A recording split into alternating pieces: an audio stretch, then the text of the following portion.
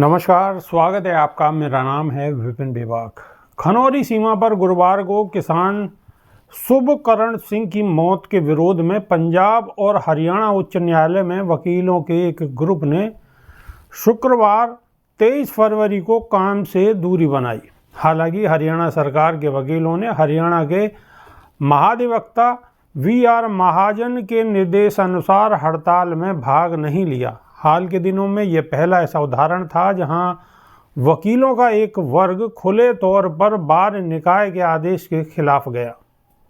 Haryana police ने शुक्रवार को शंभू और खनौरी सीमा पर प्रदर्शनकारी किसान नेताओं के खिलाफ राष्ट्रीय सुरक्षा कानून यानी कि NSA लागू करने के अपने फैसले को पलट दिया। एक बयान में अंबाला के IGP शिवास कविराज ने कहा कि अंबाला जिले के कुछ किसान यूनियन नेताओं पर राष्ट्रीय सुरक्षा अधिनियम के प्रावधानों को लागू करने के मामले पर पुनर्विचार किया गया है और यह निर्णय लिया गया है कि अब ऐसा नहीं किया जाएगा। किसान नेता जसविंदर सिंह लोंगेवाल ने कहा है कि बड़े अफसोस की बात है कि जिन लोगों ने गोली चलाई और शुभकरण की मौत हुई उन पर अभी तक पंजाब सरकार ने कोई FIR दर्ज नहीं की। हम सबसे अपील करते हैं कि शाम को कैंडल मार्च किया जाए। कल हम WHO के खिलाफ कन्वेंशन करेंगे। 26 फरवरी को हरियाणा के CM मनोहर लाल खट्टर और WTO के बड़े पुतले जलाए जाएंगे और 27 फरवरी को दोनों संगठन बैठकर अगली रणनीति तय करेंगे। 28 फरवरी को किसान मजदूर मोर्चा और SKM गैर राजनीतिक की जॉइंट मीटिंग होगी और 29 फरवरी को अगली रणनीति का ऐलान होगा।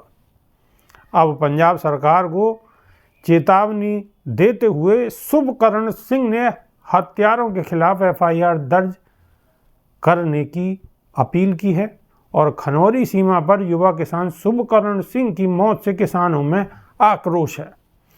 किसान नेता सरवन सिंह पंदेर ने घोषणा की है कि न्याय मिलने तक वे शुभकरण सिंह का दाह संस्कार नहीं करेंगे। सरवन सिंह ने हरियाणा पुलिस के खिलाफ FIR दर्ज करने की भी मांग की है। उन्होंने मांग की है कि शुभकरण सिंह की मौत के लिए जिम्मेदार पुलिस वालों के खिलाफ IPC की धारा 302 के तहत मामला दर्ज किया जाना चाहिए। सुरक्षा बलों के साथ झड़प में युवा किसान शुभकरण सिंह की मौत के बाद किसान आंदोलन और बड़ा हो गया है। दरअसल इस मौत के बाद संयुक्त किसान मोर्चा भी इसमें शामिल हो गया है। अभी तक वह आंदोलन से दूर था। All India trade union Congress, central trade union, Punjab central of Indian trade union और संयुक्त किसान मोर्चा सहित ट्रेड यूनियनों ने संयुक्त रूप से लुधियाना में शनिवार 24 फरवरी को मिनी सचिवालय के बाहर प्रदर्शन किया और प्रधानमंत्री नरेंद्र मोदी और गृह मंत्री अमित शाह, हरियाणा के मुख्यमंत्री मनोहर लाल खट्टर और हरियाणा के गृह मंत्री अनिल विज के पुतले जलाए। ये संगठन खनौरी बॉर्डर पर युवा किसान शुभकरण सिंह की मौत के विरोध में काला दिवस मना रहे हैं। फसलों के लिए MSP की कानूनी गारंटी और कृषि ऋण माफी के अलावा प्रदर्शनकारी किसान स्वामीनाथन आयोग की सिफारिशों को लागू करने, किसानों और खेती मजदूरों के लिए पेंशन, बिजली दरों में कोई बढ़ोतरी न करने और पुलिस की ओर से दर्ज मामलों को वापस लेने की मांग पर अड़े हुए हैं। इन मांगों पर ही सरकार से सहमति नहीं मिल रही है। किसान नेताओं और 3 केंद्रीय मंत्रियों के बीच 4 दौर की बातचीत हुई थी। चौथे दौर की वार्ता में केंद्र सरकार ने किसानों को कुछ प्रस्ताव दिए थे।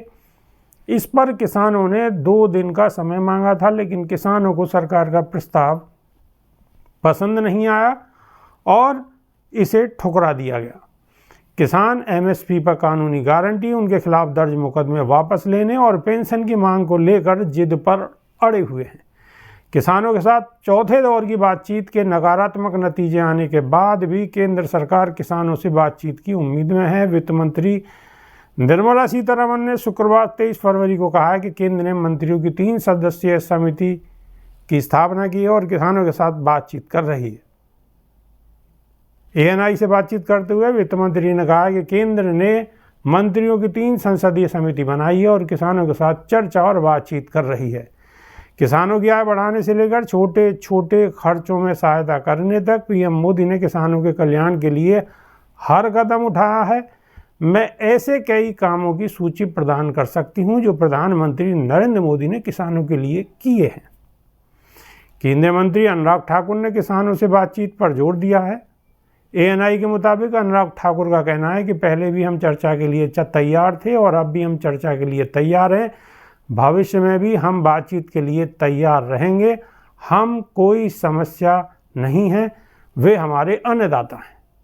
इतना सब कुछ कहने के बावजूद भी MSP की गारंटी पे कोई प्रस्ताव नहीं देंगे। अभी के लिए सिर्फ इतना ही। नमस्कार।